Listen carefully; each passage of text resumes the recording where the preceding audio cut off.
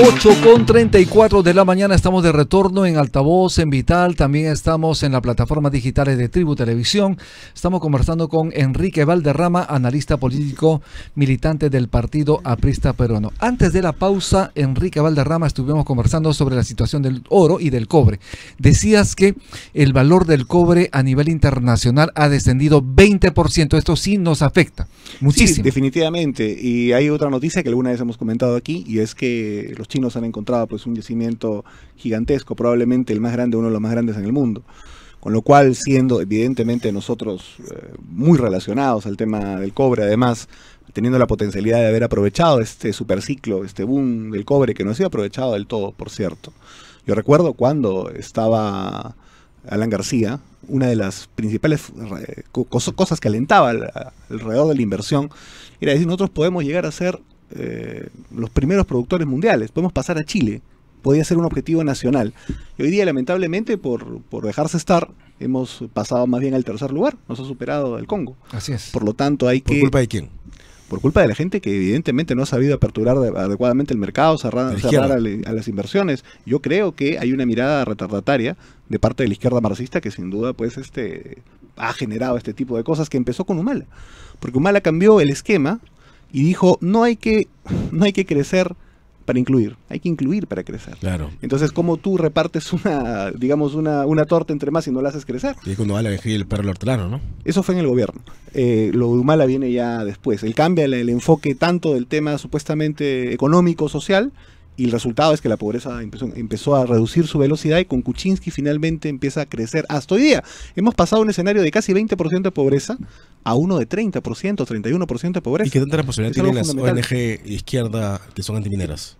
Yo creo que reciben dinero del extranjero, yo creo que hay que enfocar las cosas de una manera muy inteligente, porque de parte de los países que justamente se dedican o son potenciales competidores del país, claro, justamente viene parte del financiamiento de alguna de estas organizaciones. Lógicamente, no les conviene, ¿verdad? Hay que distinguir algunas cosas fundamentales.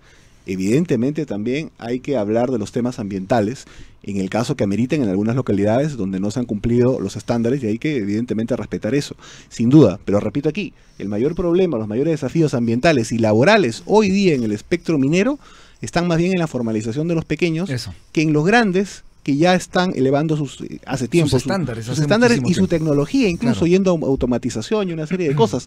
Por lo tanto, el debate minero es fundamental en el país, y lamentablemente lo del cobre no es una buena noticia el día de hoy, que se suma lógicamente a la incertidumbre que se está viviendo a nivel mundial, con Estados Unidos poniendo 104% de interés a los chinos, evidentemente ya pisando en una guerra que obviamente es bastante abierta en términos comerciales. ¿Y por qué esto impacta en el Perú? Entre otras cosas, porque por ejemplo aquí tenemos un punto de entrada fundamental, que es una declaración de intenciones abierta de China, de una influencia grande en el Perú a través del megapuerto de Chancay, que creo que en esta nueva política, en esta nueva mirada de los Estados Unidos no les debe causar mucha gracia, ¿no? La bolsa de valores en Estados Unidos ha perdido en un día todo lo que había ganado en el año. Imagínate una caída colosal de 20% en el valor del cobre, si nos afecta muchísimo, obviamente. Terrible. Esto va a implicar menos divisas para el país. Pero ¿cómo estás viendo tú como político, como una persona que tiene la intención de tener mayor presencia política en el país, esta situación de Estados Unidos? Proteccionista totalmente.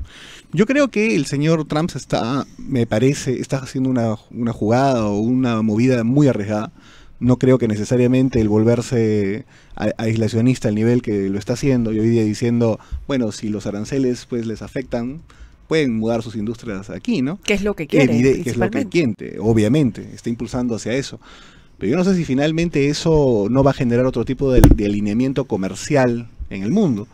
Recuerda tú que ya en la previa que Trump asuma ya habían movidas respecto al relacionamiento, incluso pensar, eso un poco que lo frenó, pero pensar en el cambio de divisa entre algunos países, y ya estaban vinculados a este esquema los árabes, con lo que evidentemente había ya una primera amenaza. Ahora ha logrado una cosa que es bastante curiosa, y yo soy alguien que mira la política internacional desde el punto de vista realista. Yo no digo que esto sea una amenaza necesariamente de otro tipo a Estados Unidos, por ejemplo militar, pero lo que sí ha logrado comercialmente es lo que nunca se pensaba. Japón, Corea y China ahora son socios comerciales, digamos, de una manera más potente. Y eso no se hubiera previsto desde antes. De manera que, sin afirmar categóricamente que esto puede ser algo muy negativo para los Estados Unidos, creo que el señor Trump se la está jugando de una manera bastante crítica, ¿no?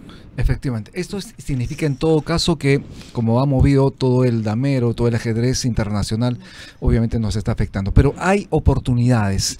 Se ha señalado que debido a esta aplicación del 10% de aranceles, el Perú podría tener oportunidades en otros mercados. Recientemente hemos hablado que existe una negociación con la India, por ejemplo, un país con 1.500 millones de habitantes, pero otros más. ¿Hacia dónde debería estar el esfuerzo del Perú a través de sus autoridades para revertir este mal momento? Bueno, finalmente Estados Unidos pues es un mercado sumamente importante. El segundo más importante para son más de 300 millones de seres humanos, una clase media sin duda muy fuerte que podría comprar o que compra usualmente también productos peruanos.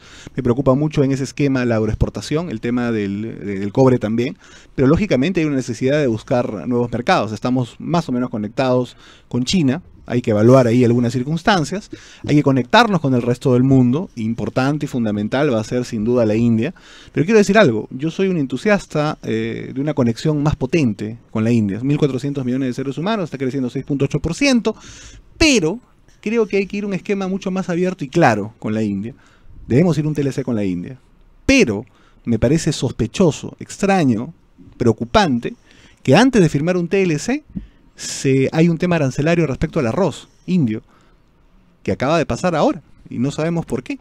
Recuerda tú que los arroceros peruanos están en la capacidad de más o menos abastecer el 90% del mercado nacional y antes de negociar un TLC con la India tú vas a un esquema arancelario preferente. Yo creo que por lo menos hay que mirar las cosas con un poco más de calma y orden. Creo que sí hay que ir a un TLC, pero evidentemente negociando bien en los sectores que pueden potencialmente afectar al país. Pero ya ingresa arroz internacional de diferentes países asiáticos con 0% de arancel. Como el tailandés, por ejemplo. Por ejemplo, ¿no? Entonces, ¿cuál sería la diferencia en el caso que ingrese arancel cero para el arroz de la India? Que no era un asunto que estaba previamente establecido.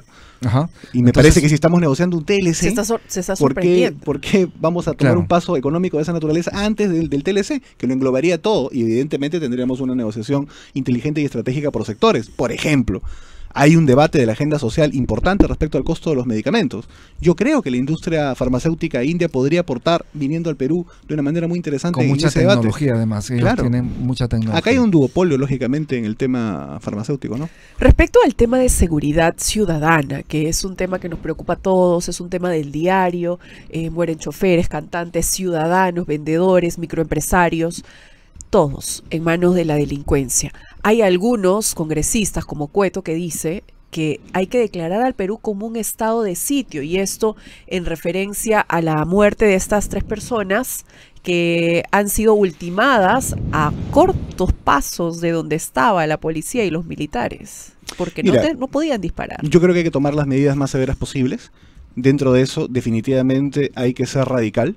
Yo no creo en la mano dura que pertenece a las dictaduras, pero sí creo en la mano firme democrática. Y no se está teniendo... Firme democrática. Obviamente, por supuesto. Pero también hay que evitar caer en la demagogia, ¿no? El estado de sitio corresponde a una guerra externa. Eso también lo dijo Vizcarra. Eso no es lo que se tiene que hacer en el país. Lo que se tiene que hacer en el país es tomar una serie de decisiones contundentes, como por ejemplo, una reforma inmediata del INPE. Creo que es algo fundamental. En cárceles también, ¿no? Yo estoy planteando públicamente desde la corriente del APRA que estoy impulsando de que debemos ir a la construcción. No, algunos se reúnen pues con algunos sectores, ¿no? de la derecha y dicen vamos a hacer un megapenal de 30.000 o de 20.000 presos. Como si el Perú fuera El Salvador. El Salvador tiene un tamaño pues de una región en el país. Es justificado que tengan un solo centro penitenciario gigante. Yo lo que estoy planteando es que aquí deben haber de entre 2 a 24 penales nuevos, con un solo diseño, con un solo esquema. ¿De cuántos? Y que evidentemente 3.000 a 4.000 reos más cada uno. Chayapalcas. Hay un punto importante ahí, exacto. ¿Por qué? Porque el señor Vizcarra en su demagogia además ha dicho, mira, que va a incrementar por 7. Cuando podía ser candidato ya lamentablemente para él no puede ser, ¿no? Afortunadamente para el Perú. Que iba a incrementar en 7 veces Chayapalca. Y evidentemente la reacción de Tacna pues fue negativa. Como estos señores que plantean una política supuestamente pública de seguridad entre 6 partidos, e incluso un compañero aprista dice, y lo respalda el fujimorismo, ¿no? Como si fuera pues es un logro. Proponen un megapenal de 20.000 presos. Ya, yo pregunto, ¿en dónde lo van a poner?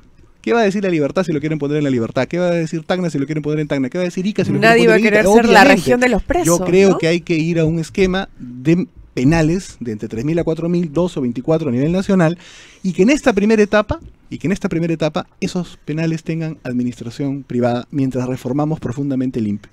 Esa sería una medida efectiva. El señor Arana, al que muchos celebran, que me dicen que quiere ser también PCM, no puede construir una cárcel hace creo que más Estás hablando del ministro de Justicia. Arana, Imagínate. Vamos a hacer una pausa, Enrique Valderrama. Estamos en Altavoz en Vital, también estamos en las redes sociales de Tribu Televisión. Ya regresamos.